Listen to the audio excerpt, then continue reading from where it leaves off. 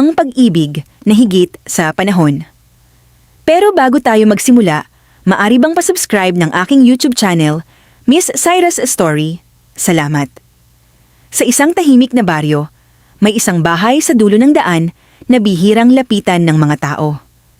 Doon nakatira si Rosa, isang matandang dalaga. Tahimik ang kanyang buhay. Walang asawa, walang anak, at tila sanay na sa pag-iisa.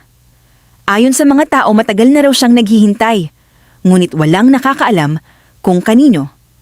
Araw-araw, makikita si Rosa sa kanyang bakuran. Nagdidilig ng halaman, nagwawalis, at paminsan-minsan ay nakatingin lamang sa malayo. Para bang may inaasahan.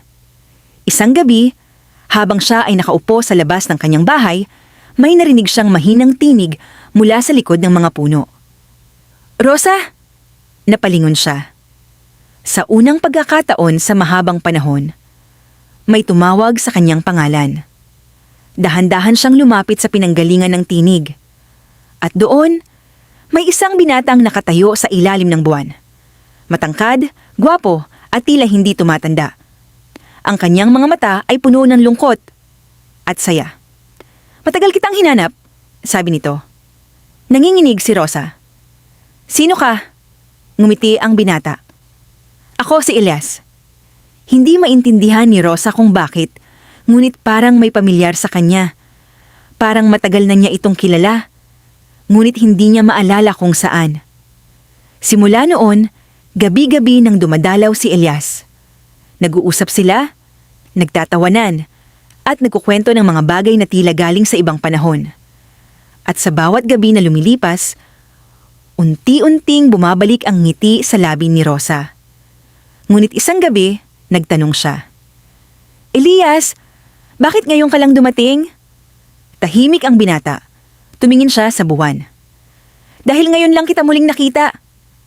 "Anong ibig mong sabihin?" Dahan-dahang lumapit si Elias.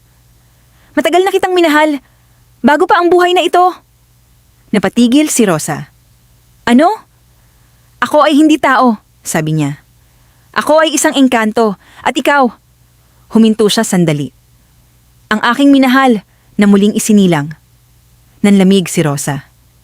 "Hindi ko maalala." "Dahil hindi mo dapat maalala," sagot ni Elias. "Ngunit ako, hindi ko nakalimutan." Unti-unting bumalik ang mga alaala kay Rosa. Mga panaginip ng isang kagubatan, ng isang kabataan, at ng isang lalaking hindi tumatanda. At sa sandaling iyon, naintindihan niya ang lahat. "Hinintay mo ako?" "Habang buhay," sagot ni Elias. Tumulo ang luha ni Rosa. Sa kabila ng kanyang edad, sa kabila ng mga tao ng pag-iisa, may isang pag-ibig palang hindi kailanman nawala, ngunit may kapalit ang lahat. "Hindi kita pwedeng makasama sa mundong ito," sabi ni Elias. "Ngunit pwede kang sumama sa akin." Tahimik si Rosa. Tumingin siya sa kanyang bahay, sa baryo, sa buhay na kanyang nakasanayan. At pagkatapos, tumingin siya kay Elias. "Kung sumama ako, magiging katulad kita," sagot niya. "Hindi natatanda, ngunit hindi na rin babalik." Ngumiti si Rosa, isang ngiting puno ng kapayapaan. "Buong buhay ko, naghintay ako nang hindi ko alam kung bakit. Heto na pala ang sagot." Hinawakan niya ang kamay ni Elias. At sa sandaling iyon, lumiwanag ang paligid. Unti-unting nagbago ang kanyang anyo. Mula sa isang matandang dalaga, patungo sa isang batang babae na puno ng sigla. Kinabukasan, wala na si Rosa sa kanyang bahay. Ngunit sa kagubatan, may dalawang aninong makikitang magkasama, isang binata, at isang dalagang tila hindi tumatanda. At ayon sa mga nakakakita sa kanila, hindi raw sila nakakatakot. Sa halip, parang sila ay paalala na ang tunay na pag-ibig, kahit gaano katagal, ay laging nakakahanap ng paraan para muling mabuhay.